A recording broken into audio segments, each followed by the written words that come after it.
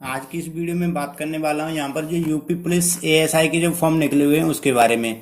तो आज की इस वीडियो में जानेंगे कि आपको एएसआई का जो फॉर्म है वो कैसे ऑनलाइन करना है और इसमें क्या क्या प्रोसेस है और इसमें क्या डॉक्यूमेंट लगेगा, इसकी क्या क्वालिफिकेशन है, वो सारा कुछ आज इस वीडियो में जानेंगे। तो यहाँ पर इस वीडियो में आपको रजिस्ट्रेशन से लेके प्रिंट तक का पूरा फॉर्म इसमें कवर करके चलूंगा। तो यहाँ पर आपको पूरी संपूर्ण जानकारी इस वीडियो में आपको मिलेगी, तो वीडियो को एंड तक देखें। तो दोस्तों, अभी तक आपने हमारे चैनल को सब्सक्राइब नहीं किया तो चैनल को सब्सक्राइब कर लें, जो साथ में बेल आइकन है उसको भी प्रेस कर लें, जिससे कि मैं अगली कोई वीडियो डालूं तो उसकी नोटिफिकेशन आपको मिल जाए। तो चलिए बात करते हैं इसकी कुछ शॉर्ट नोटिफिकेशन के बारे में बात कर लेते हैं। यहाँ पर आप देख सकते हैं आपके सामने एक यूपी पुलिस एएसआई की जो साइड है वो यहाँ पर एक ऑफिशियल वेबसाइट खुली हुई है। तो यहाँ पर इसकी कुछ शॉर्ट नोटिफिकेशन है उसके बारे में यहाँ पर चलिए बात कर लेते हैं। तो यहाँ पर ये देखिए ऊपर यहाँ पर आपको दिख रहा है Uttar Pradesh police recruitment and the, यहाँ पर जो यूपी पुलिस एएसआई की जो फॉर्म निकले हुए हैं, ये जो फॉर्म है यहाँ पर जो फॉर्म स्टार्ट हुए थे वो 1/6/2021 से स्टार्ट हुए थे और इसकी जो लास्ट डेट है वो 15/7/2021 रखी गई है। तो इसकी लास्ट डेट है पे अगर आप पेमेंट की लास्ट डेट की बात करें तो वो भी यहाँ पर 15 रखी गई है। यहाँ पर जो एग्जाम डेट है वो यहाँ पर अभी शो नहीं की गई है, ना ही इसके एडमिट कार्ड की कोई डेट यहाँ पर अभी दी गई है कि आपके एडमिट कार्ड कब से आएंगे। तो यहाँ पर चलिए फीस की बात कर ले तो जनरल ओबीसी यानी कि जनरल ओबीसी कैटेगरी में आएंगे उनके लिए 400 रुपये का चालान लगेगा। SC ST के लिए भी 400, ऑल कैटेगरी फीमेल भी 400, यानी कि इसमें किसी के भी लिए कोई भी फीस में कोई भी ऐसा नहीं कि किसी की कम फीस करते किसी, यहाँ पर सब सामान्य रखे गए। यहाँ पर SC ST की भी 400 ही फीस यहाँ पर लगेगी। तो यहाँ पर अगर आप पेमेंट किसी भी मेथड से कर सकते हैं, net banking, credit card, debit card, e चालान, जैसे भी आप करना चाहते हो ऑफलाइन तरीके से भी आप कर सकते हैं। तो यहाँ पर इसकी एज लिमिट की बात करते हैं। यहाँ पर मिनिमम एज रखी गई है वो 21 साल है और जो मैक्सिमम एज है वो 28 रखी गई है। एज बिटवीन 1/7/93 टू 1/7/2000 रखी गई है और यहाँ पर एज रिलैक्सेशन है जो आपके एक्स्ट्रा रूल्स के हिसाब से आपको दिया जाएगा। तो यहाँ पर एसआई की बात कर लेते हैं। यहाँ पर टोटल पोस्ट 327 दी गई है और इसकी एलिजिबिलिटी में डिग्री आपको यहाँ पर BA BSc ग्रेजुएशन कोई भी डिग्री आपके पास हो, यानी कि कोई भी किसी भी यूनिवर्सिटी से आपने की हो। इसमें जो हिंदी टाइपिंग हो 25 वर्ड प्रति मिनट की, या इंग्लिश टाइपिंग यहाँ पर 35 वर्ड प्रति मिनट की। यहाँ पर स्टेनोग्राफिक हिंदी 80 वर्ड प्रति मिनट की और ओ लेवल एग्जाम यहाँ पर आपको पास होना जरूरी है। यहाँ पर जो एएसआई क्लर्क हैं उनके लिए 664 यहाँ पर जगह हैं और यहाँ पर वही क्वालिफिकेशन इसमें भी मांगी है और यहाँ पर इसमें भी आपको ओ लेवल एग्जाम पास होना कंपलसरी है। तो यानी कि आपके पास ओ लेवल का सर्टिफिकेट होना चाहिए तभी आप इसमें अप्लाई कर सकते हैं। यहाँ पर एएसआई अकाउंट के लिए यहाँ पर बैचलर डिग्री के साथ कॉमर्स बीकॉम भी यहाँ पर मांगा गया है और यहाँ पर साथ में ओ लेवल का सर्टिफिकेट भी आपके पास होना चाहिए। यहाँ पर कैटेगरी वाइज यहाँ पर वैकेंसी डिटेल दी गई है। ऐसा यहाँ पर जनरल, EWS, OBC, SC आप देख सकते हैं। यहाँ पर कैटेगरी वाइज यहाँ पर वैकेंसी दी गई है, किसके लिए कितनी वैकेंसी है। और यहाँ पर व्हीकल की बात करें तो यहाँ पर मेल कैटेगरी के लिए यानी जनरल, OBC और SC यहाँ पर हाइट जो रखी गई है वो 163 है और यहाँ पर चेस्ट आपका 77 टू 82 मांगा गया है। यहाँ पर रनिंग यहाँ पर NA यहाँ पर रनिंग नहीं है, नहीं शो करा रहा है, रनिंग नहीं होगी। और इसमें ST के लिए यहाँ पर एक 56 सेंटीमीटर और 75-80 यहाँ पर आपका सीना मांगा गया है। यहाँ पर आप देख सकते हैं यहाँ पर पूरी डिटेल यहाँ पर दी गई है यहाँ पर। तो चलिए फॉर्म की बात कर लेते हैं कि फॉर्म को अप्लाई कैसे करना है। तो यहाँ पर नीचे आएंगे, देखिए कि ये एक साइट खुली हुई है। यहाँ पर आपको सरकारी रिजल्ट के नाम से यहाँ पर आप गूगल पर सर्च करेंगे www.sarkariresult.com। तो यहाँ पर एक ऑफिशियल वेबसाइट खुल जाती है, आप इस पर भी आकर के यहाँ पर आप अप्लाई कर सकते हैं। ये देखिए यहाँ पर इस तरह से आपका होम पेज खुल करके आएगा और यहाँ पर आप देखेंगे तो यहाँ पर ऊपर आपको यूपी पुलिस एएसआई की जो फॉर्म की है वो यहाँ पर लिंक मिल जाएगी, ऊपर यहाँ पर भी आपको मिल जाएगी। और अगर आप डायरेक्टली इस पेज पर आना चाहते हैं तो इसकी लिंक मैं आपको वीडियो के डिस्क्रिप्शन में दे दूंगा, वहां से क्लिक करके आ सकते हैं। तो यहाँ पर ये आपको दिख रहा है रजिस्ट्रेशन एंड लॉगिन। अगर आपने रजिस्ट्रेशन कर रखा है तो लॉगिन करेंगे, अगर नहीं किया है तो यहाँ पर रजिस्ट्रेशन पर क्लिक करेंगे। जैसे आप रजिस्ट्रेशन पर क्लिक करेंगे तो आपके सामने एक नई विंडो ओपन होकर के आ जाती है। यहाँ पर कुछ इस तरह का पेज आपको देखने को यहाँ पर मिलेगा। यहाँ पर आपसे कुछ जानकारी मांगेगी, वो यहाँ पर आपको फिलअप करनी होगी। जैसे यहाँ पर आपसे शीर्षक मांगा है यानी कि टाइटल मांगा है, मिस्टर, मिसेस, MRS, DR जो भी है वो आप अपने हिसाब से यहाँ पर सिलेक्ट कर लीजिए। तो यहाँ पर आपको अपना नाम बनना है, इधर आपको अपना मिडिल नेम बनना है। अगर आपका नाम 3 कॉलम में बनता है। तो आपको मिडिल नेम बनना है, और यहाँ पर अगर आपका मिडिल नेम नहीं है तो अगर आप लास्ट नेम डाल सकते हैं। और इस तरह से मैं आपको दिखा देता हूँ। अगर आपका कुछ इस तरह से नाम है तो यहाँ पर आपको फर्स्ट नेम डालना है। अगर आपका इस तरह से नाम है तो आपको इस तरह से भरना, फर्स्ट, सेकंड और थर्ड। अगर आपका सिर्फ सिंगल है तो यहाँ पर इस कॉलम को छोड़ देना है, इसको भी छोड़ देना है, सिर्फ आपको इसी में नाम भरना है। अगर आपका सरनेम है तो यहाँ पर आपको सरनेम लगा देना है इस तरह से। तो इस तरह से यहाँ पर आपका नाम पूरा काउंट होकर के यहाँ पर आ जाएगा। यहाँ पर आपको आपका पूरा नाम शो कराएगा। अगर आपका मिडिल नेम भी है तो वो भी यहाँ पर आप जोड़ दीजिए।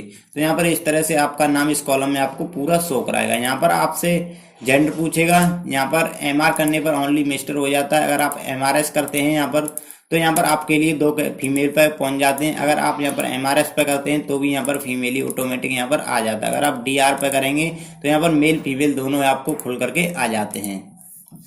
तो यहाँ पर आपको यहाँ पर जेंडर सेलेक्ट करना है। जेंडर सेलेक्ट करने के बाद में आपको अपनी नेशनलिटी यानी कि राष्ट्रीयता सेलेक्ट करनी है। यहाँ पर जो भी है आप यहाँ पर आपको एक ईमेल आईडी डालनी है, और इधर आपको इस ईमेल आईडी को कंफर्म करना है। इधर आपको एक मोबाइल नंबर डालना है। मोबाइल नंबर पर आपको डालने पर एक ओटीपी सेंड करना है, और ओटीपी आपके मोबाइल पर आ जाएगा। और उस ओटीपी को डाल करके आपको यहाँ पर ये कैप्चर डाल करके इसको सबमिट कर देना है। जैसे अब इस तरह से कैप्चर को डालने के बाद में यहाँ पर आपको सबमिट करना है। जैसे सबमिट करने पर आपके सामने देखिए कुछ इस तरह की एक विंडो खुल करके आ जाएगी। यहाँ पर आपको क्या शो करा रहा है, यहाँ पर आपको रेफरेंस नंबर यानी कि आपका रजिस्ट्रेशन नंबर एंड पासवर्ड, यहाँ पर आपको दोनों आपके रजिस्ट्रेशन नंबर पासवर्ड स्क्रीन पर शो करा जाएंगे। अगर आप इसका प्रिंट आउट लेना चाहते हैं तो प्रिंट आउट ले लीजिए। अगर आप इसको कहीं लिखना चाहते हैं लिख लीजिए। अगर आप सेव करना चाहते हैं तो इसका कैप्चर लेकर के इसको सेव कर लीजिए। मैं यहाँ पर इसको सेव कर लेता हूँ, और सेव करने के बाद में आपको क्या करना है, यहाँ सिंपली कुछ नहीं करना है। यहाँ पर आपको इसको यहाँ से सेव हटा देना है यहाँ से, और यहाँ पर आपको यहाँ पर दिख रहा है press click here to log in, इसी पर क्लिक करना है। इस पर क्लिक करने के बाद में आपसे पूछेगा यहाँ पर रजिस्ट्रेशन नंबर, और यहाँ से आपको पासवर्ड पूछेगा। तो यहाँ पर आपको क्या करना है, यहाँ पर आपको रजिस्ट्रेशन नंबर डाल देना है। तो यहाँ पर आपको इस तरह से रजिस्ट्रेशन नंबर और यहाँ पर पासवर्ड डाल के इसको लॉगिन कर देना है। तो लॉगिन करने पर आपके सामने कुछ इस तरह की विंडो खुल करके आ जाएगी। तो दोस्तों पूरी वीडियो देखना। पूरी वीडियो में आपको एक एक प्रोसेस यहाँ पर एक एक स्टेप यहाँ पर आपको क्लियर करके चलूंगा। यहाँ पर एक एक स्टेप में आपको बताऊंगा कि किस तरह से आपको भरना है, क्योंकि आपको ऐसा होता है कुछ फॉर्म डालते हैं, उसमें फॉर्म में डालने में आपसे कुछ गलती हो जाती है, उसकी वजह से फॉर्म भी आपका रिजेक्ट हो सकता है। तो मैं नहीं चाहता कि किसी का फॉर्म रिजेक्ट हो। मैं इसमें जो भी आपको जानकारी दूंगा वो सही जानकारी दूंगा। और यहाँ पर जो भी है आप इस वीडियो को देख करके आपको अगर कुछ भी समझ में नहीं आता है या आपको कोई दिक्कत आती है तो आप हमें कमेंट बॉक्स में पूछ सकते हैं, तो उसके ऊपर भी वीडियो बना दूंगा। जो भी आपको दिक्कत आएगी उसकी वीडियो में आपको बना करके दे दूंगा। तो दोस्तों अभी तक आपने हमारे चैनल को सब्सक्राइब नहीं किया तो चैनल को सब्सक्राइब कर लें, और जो साथ में बेल आइकन है उसको भी प्रेस कर लें, क्योंकि बेल आइकन प्रेस करने से आपको ये फायदा मिलता है जैसे भी मैं कोई वीडियो डालूंगा तो उसकी नोटिफिकेशन सबसे पहले आपके पास पहुंच जाएगी। तो यहाँ पर देखिए ये फॉर्म, यहाँ पर ये आपने कुछ डिटेल यहाँ पर हमने रजिस्ट्रेशन में फिलअप की थी वो यहाँ पर आपके सामने शो होकर के आ रही हैं। तो यहाँ से आपको पूछ रहा है क्या आप उत्तर प्रदेश के रहने वाले हैं। अगर आप यूपी के रहने वाले हैं तो यस कीजिए, अगर आप नहीं हैं तो इसको आप नो कर देंगे।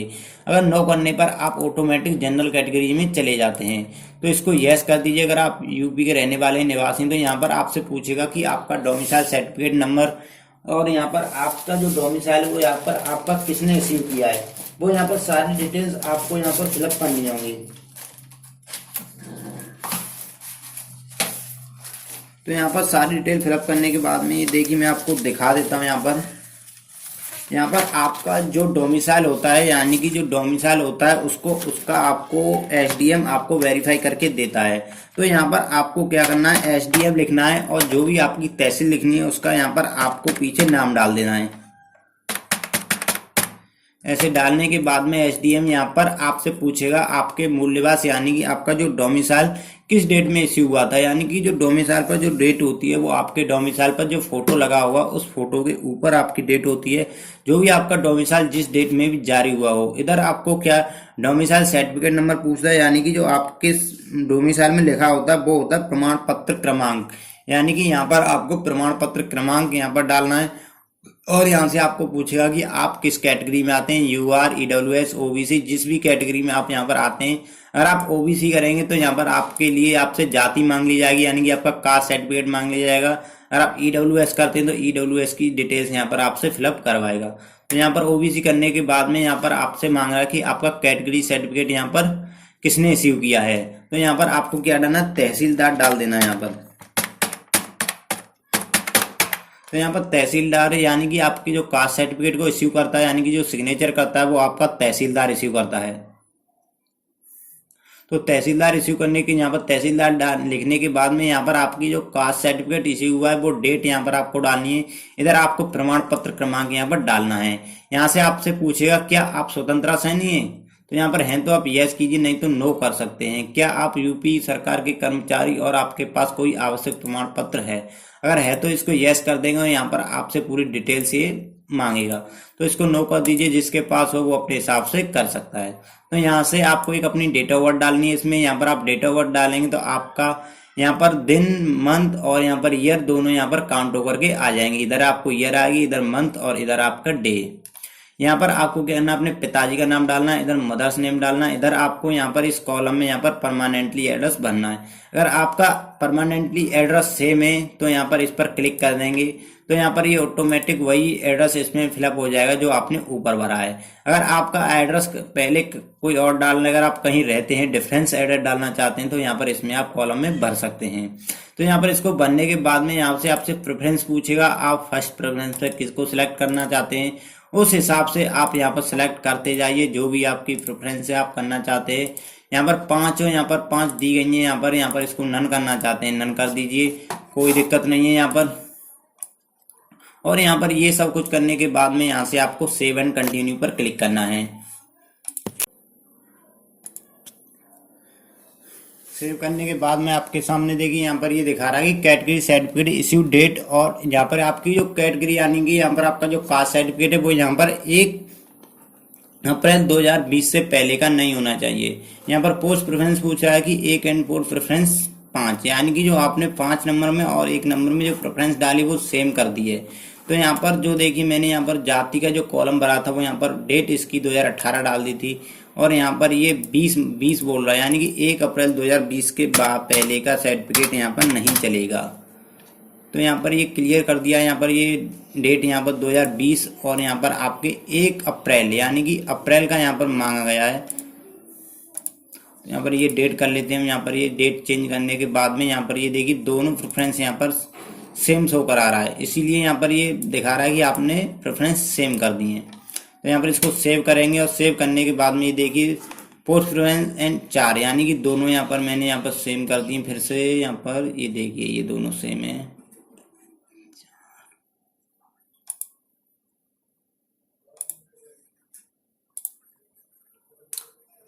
देखिए कुछ सेव करने के बाद में कुछ आपके इस तरह की विंडो आपके सामने खुल करके आ जाती है।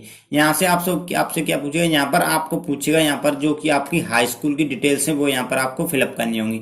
इधर आपको बोर्ड का नाम डालना है, इधर आपको महीना और वर्ष यानी कि आपको मंथ और ईयर डालनी है, जो कि आपकी मार्कशीट के ऊपर लिखा होता है कि आपकी मार्कशीट किस मंथ में और किस साल में यानी कि किस सन में इश्यू हुई है। यहाँ पर जो परिणाम स्थिति है यहाँ पर पास ही रहेगा, इसमें आप अपेयरिंग नहीं कर सकते। यहाँ पर आपको रोल नंबर डालना है, यहाँ पर आपको एक सर्टिफिकेट नंबर डालना है जो कि आपकी मार्कशीट के ऊपर आपको प्रमाण पत्र क्रमांक के नाम से यहाँ पर मिल जाएगा। तो यहाँ पर इधर आपको 12th की डिटेल भरनी है, इसी तरह से आपको 12th की डिटेल भरनी है। जैसे आप हाई स्कूल की भरेंगे उसी हिसाब से आपको इंटर की भी यहाँ पर डालनी है। यहाँ पर आपको इसी तरीके से ग्रेजुएशन की डालनी है, और ग्रेजुएशन की डालने के बाद में यहाँ पर आपको ओ लेवल का सर्टिफिकेट यहाँ पर लगाना होगा। यहाँ पर आपको नेम ऑफ इंस्टीट्यूट यानी किन संस्था का नाम है आपके सर्टिफिकेट में, यहाँ पर इश्यू ऑफ अथॉरिटी जो कि आपके सर्टिफिकेट पर लिखा हुआ, इधर आपको सर्टिफिकेट नंबर यहाँ पर आपको टाइप करना है।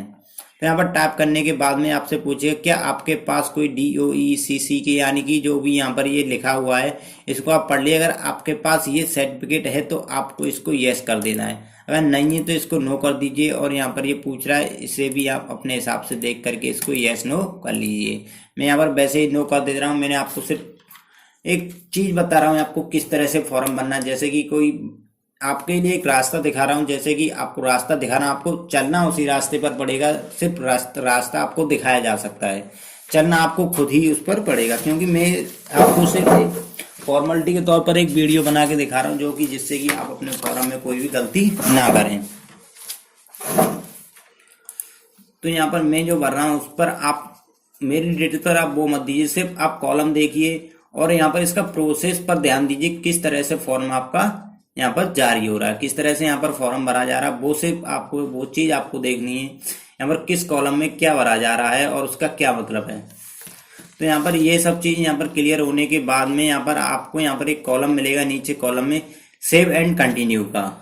तो इस पर सेव एंड कंटिन्यू के ऑप्शन पर ही आपको क्लिक करना है। उसके बाद सेव करने के बाद में आपके सामने कुछ एक इस तरह की विंडो आपके सामने यहाँ पर खुल करके आ जाएगी।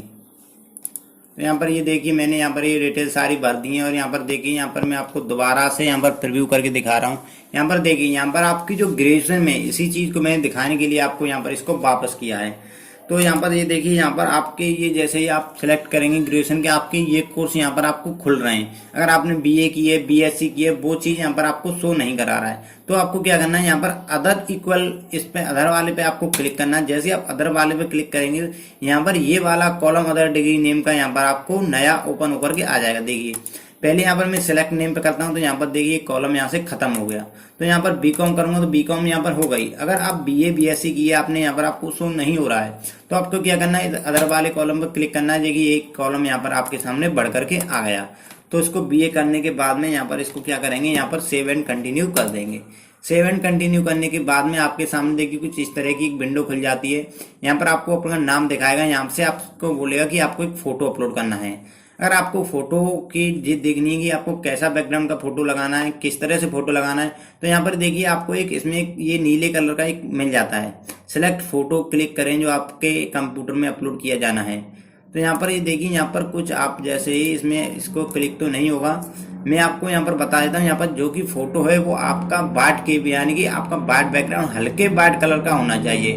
जो फोटो का जो आकार है वो आपका 11 KB से 30 KB का होना चाहिए, ठीक है।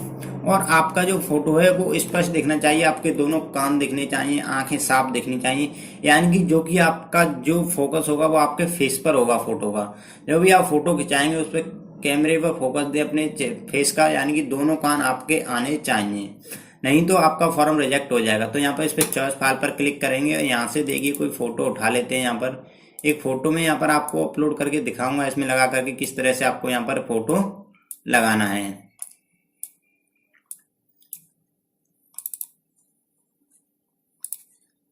वो यहाँ पर हमारे पास फोटो यहाँ पर एक मिल, इस फोटो को यहाँ से इसको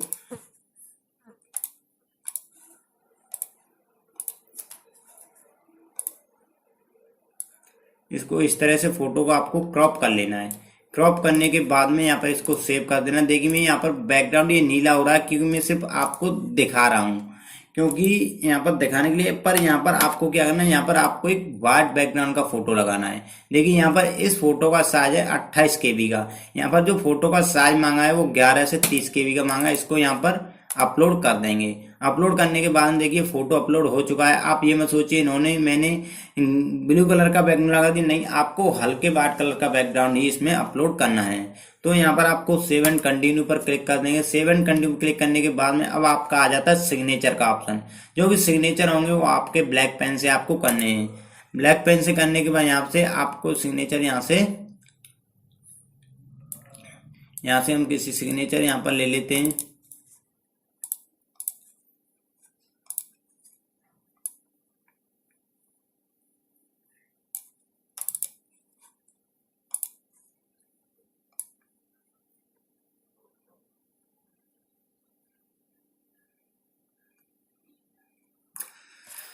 तो दोस्तों अभी तक आपने हमारे चैनल को सब्सक्राइब नहीं किया तो अगर आप हमारे चैनल पर नए हैं तो चैनल को सब्सक्राइब कर लें। और यहाँ पर देखिए एक सिग्नेचर यहाँ पर मैं अपलोड करूँगा। यहाँ पर सिग्नेचर स्कैन मेरे सिस्टम पर है नहीं, मैं अभी यहाँ पर स्कैन कर लेता हूँ सिग्नेचर। यहाँ पर नहीं तो यहाँ से स्कैन ना करके यहाँ से हम एक सिग्नेचर उठा लेते हैं।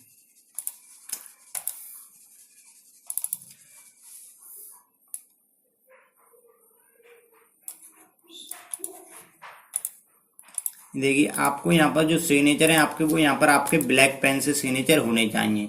ये देखिए कुछ इस तरह से आपके सिग्नेचर होने चाहिए। मैं यहाँ पर आपको प्रीव्यू करके दिखा देता हूँ। ये देखिए कुछ इस तरह से आपके सिग्नेचर होने चाहिए। तो यहाँ पर आपको सिग्नेचर अपलोड करने हैं। सिग्नेचर यहाँ पर अपलोड करने के लिए यहाँ पर देखिए मैं सिग्नेचर का आपको साइज दिखा देता हूँ। यहाँ पर जो सिग्नेचर का साइज है वो 5 KB से अधिकतम 10 KB का होना चाहिए, यानी 5 KB से कम ना हो, 10 KB से ज्यादा का नहीं होना चाहिए। तो यहाँ पर देखिए हम सिग्नेचर देख लेते हैं। यहाँ पर हमारा जो सिग्नेचर है वो 6.40 KB का, तो यहाँ पर ये आराम से अपलोड हो जाएगा। और ध्यान रखेंगे आपको सिग्नेचर ब्लैक पेन से ही करने हैं। यहाँ पर नी ब्लू पेन के यहाँ पर सिग्नेचर मान्य नहीं किए जाएंगे। अब यहाँ पर आपकी यहाँ पर आ जाते हैं। यहाँ पर देखिए आपने जो जो डिटेल्स वहां पर फिलअप किए, जो जो क्वालिफिकेशन लगाई, बहुत सारी क्वालिफिकेशन यहाँ पर आपको डॉक्यूमेंट अपलोड करने होंगे। तो दोस्तों देखिए यहाँ पर ये चीज बहुत यहाँ पर आपको मायने रखती है। तो ध्यान रखें किसी भी फॉर्म में आप नेट से निकली हुई कॉपी ना अपलोड करें, ना ही कोई फोटो कॉपी अपलोड करें। अगर ज्यादा ही कोई वो है, आपके पास ओरिजिनल का डॉक्यूमेंट है नहीं, आपके सिर्फ पास फोटो कॉपी है, वो भी मार्कशीट की फोटो कॉपी है, तो आप उसका क्या करेंगे, आप अपने कॉलेज जाएंगे, कॉलेज से उसको मोहर लगवा के अटेस्टेड करवाएंगे और उसके बाद उस कॉपी को यहाँ पर अटैच करेंगे। नहीं तो जितना भी आपसे हो सके ओरिजिनल डॉक्यूमेंट ही अपलोड करना होगा, क्योंकि आप ओरिजिनल डॉक्यूमेंट अपलोड करेंगे तो आपको दिक्कत नहीं आएगी। अगर आप फोटो कॉपी अपलोड करते हैं तो आपका फॉर्म रिजेक्ट भी किया जा सकता है। तो यहाँ पर ध्यान रखें कि फोटो कॉपी ना लगाएं, यानी कि नेट से निकला हुआ कोई भी रिजल्ट यहाँ पर अपलोड ना करें। अगर आपकी ग्रेजुएशन की मार्कशीट अभी तक नहीं आई है तो आप डिग्री यहाँ पर अपलोड कर सकते हैं, यानी कि आपका जो प्रोविजनल सर्टिफिकेट होता है वो यहाँ पर आप उसको अपलोड कर सकते हैं इस ग्रेजुएशन की जगह पर। तो यहाँ पर आपको क्या करना है, यहाँ पर देखिए यहाँ पर आपको एक EWS लगाया है तो आपने EWS का सर्टिफिकेट चढ़ाइए। अगर आप OBC का लगाया है तो आप यहाँ पर अपना जाति अपलोड करेंगे। यहाँ पर जाति अपलोड करेंगे, इधर आपको हाई स्कूल की मार्कशीट अपलोड करनी है। यहाँ से आपको यहाँ पर ये देखिए 10th SSC यानी कि SSC यानी कि हाई स्कूल होता है, यहाँ पर आपको हाई स्कूल की मार्कशीट अपलोड करनी है। और यहाँ पर नीचे आपको 12th की मार्कशीट अपलोड करनी है और यहाँ पर आपको नीचे ग्रेजुएशन सर्टिफिकेट अपलोड करना है। इधर आपको डोमिसाइल और इधर आपको एक कंप्यूटर सर्टिफिकेट यानी कि जो आपका O लेवल का सर्टिफिकेट था वो यहाँ पर आपको अपलोड करना है। तो चलिए फटाफट अपलोड कर लेते हैं। ये देखिए यहाँ पर सारे डॉक्यूमेंट अपलोड हो चुके हैं। अब आप इसमें आप देख रहे होंगे कि इस पर हर पे 10th क्यों लिखा हुआ है। यहाँ पर ये जो रीनेम मैंने यहाँ पर इसका दे दिया है क्योंकि मैंने आपको फॉर्मेलिटी के लिए सिर्फ यहाँ पर अपलोड किया है, क्योंकि मैंने सारे कॉलम में एक ही चीज अपलोड करी है, क्योंकि सिर्फ मेरे को ये फॉर्म भरना नहीं, क्योंकि फॉर्मेलिटी के तौर पर मैंने आपको यहाँ पर ये करके दिखाया है। अगर मैं अपलोड ना करूँ तो ये फॉर्म आगे के लिए नहीं बढ़ेगा, इसलिए मैंने यहाँ पर एक ही चीज सब कॉलम में अपलोड कर दी है, क्योंकि सिर्फ ये एक फॉर्मेलिटी के लिए एक फॉर्म चल रहा है, यानी कि एक डेमो के लिए फॉर्म आपको यहाँ पर ये चल रहा है। तो चलिए इसको यहाँ से सेव कर लेते हैं। सेव करने के बाद में देखिए आपके सामने कुछ इस तरह की विंडो ओपन होकर के आ जाती है, यानी कि विंडो क्या, ये आपके फॉर्म जो आपने भरा उसका प्रीव्यू ओपन होकर के आपके सामने आता है। अब यहाँ पर ये आपको एक फाइनल प्रीव्यू मिलता है। आप इस फाइनल प्रीव्यू में यहाँ पर चेक कर सकते हैं आपने अगर कोई भी गलती की है तो यहाँ पर आप उसे अभी सुधार सकते हैं, यानी कि इसमें चेंजिंग कर सकते हैं। यहाँ पर आप अच्छी तरह से देख लीजिए आपने फॉर्म में कोई मिस्टेक तो नहीं की। अगर आपने मिस्टेक कीजिए यहाँ पर एडिट कीजिए, एडिट पर इसको क्लिक करिए और यहाँ पर इसको चेंजिंग कर लीजिए। अगर आपने एक बार फॉर्म को यहाँ से फाइनल सबमिट कर दिया, इन सारे इस पर टिक लगाना है आपको। इनको पढ़ना चाहते हैं तो आप आराम से पढ़ लीजिए और पढ़ने के बाद टिक लगाइए। आप समझ लीजिए क्या चीज़ है, ये घोषणा वगैरह आपसे करवाता है कि आपके द्वारा पाई गई कोई भी जानकारी गलत असत्य पाई जाती है तो आपका आवेदन रिजेक्ट कर दिया गया है। यहाँ पर इस तरह से आपको कुछ नोटिफिकेशन यहाँ पर ये बोलता है। तो यहाँ पर ये आपसे यहाँ पर इसको वेरीफाई करवाता है, क्योंकि बाद में उनकी कोई भी यहाँ पर जिम्मेदारी नहीं होगी, क्योंकि आपने जिम्मेदारी स्वयं आपने घोषणा की है। आपसे यहाँ पर ये एक तरह का यहाँ पर फॉर्म आपसे भरवाया जाता है। तो यहाँ पर इसको टिक करने के बाद में यहाँ पर सबमिट एंड प्रोसेस पर क्लिक करेंगे। तो क्लिक करने के बाद में यहाँ पर इस तरह की विंडो आपके सामने खुल करके आती है। इसको आपको सबमिट करना है। सबमिट करने के बाद में देखिए आपका यहाँ पर फॉर्म भर करके कंप्लीट हो चुका है। यहाँ से आपको 400 रुपये का पेमेंट करना होगा, चाहे आप SC हो चाहे ST हो, OBC जनरल जो भी कैटेगरी है वहाँ पर आपको ये पेमेंट करना है। तो यहाँ पर पेमेंट टू प्रोसेस पर क्लिक करने के बाद में यहाँ पर आपके सामने एक नई विंडो ओपन हो जाएगी। यहाँ पर इस तरह से हो जाएगी। आप यहाँ से पेमेंट कीजिए। यहाँ पर आप अगर नेट बैंकिंग से पेमेंट करते हैं तो आपको 6 रुपये का चार्ज एक्स्ट्रा देना होगा। अगर आप डेबिट कार्ड से करते हैं तो आपको कोई भी यहाँ पर सेवा शुल्क नहीं देना होगा। अगर आप क्रेडिट कार्ड से करेंगे तो आपको 12 रुपये का चार्ज एक्स्ट्रा देना होगा। और यहाँ पर UPI से भी आपको कोई भी चार्ज नहीं देना है। तो दोस्तों वीडियो को पूरा देखने के लिए धन्यवाद। अगर आपको वीडियो पसंद आई हो तो नीचे कमेंट करें। अगर आपको कोई भी चीज़ यहाँ पर समझ में नहीं आती है, कोई भी डाउट होता है, तो आप हमें कमेंट बॉक्स में पूछ सकते हैं। तो दोस्तों वीडियो यहाँ पर बहुत लंबा हो चुका है, क्योंकि मैंने आपको वीडियो में पूरा प्रोसेस आपको एक एक करके दिखाया है। इसके बाद जहाँ तक मेरे हिसाब से आपको कोई डाउट नहीं रहना चाहिए। अगर फिर भी कोई डाउट है तो आप हमें कमेंट में पूछ सकते हैं।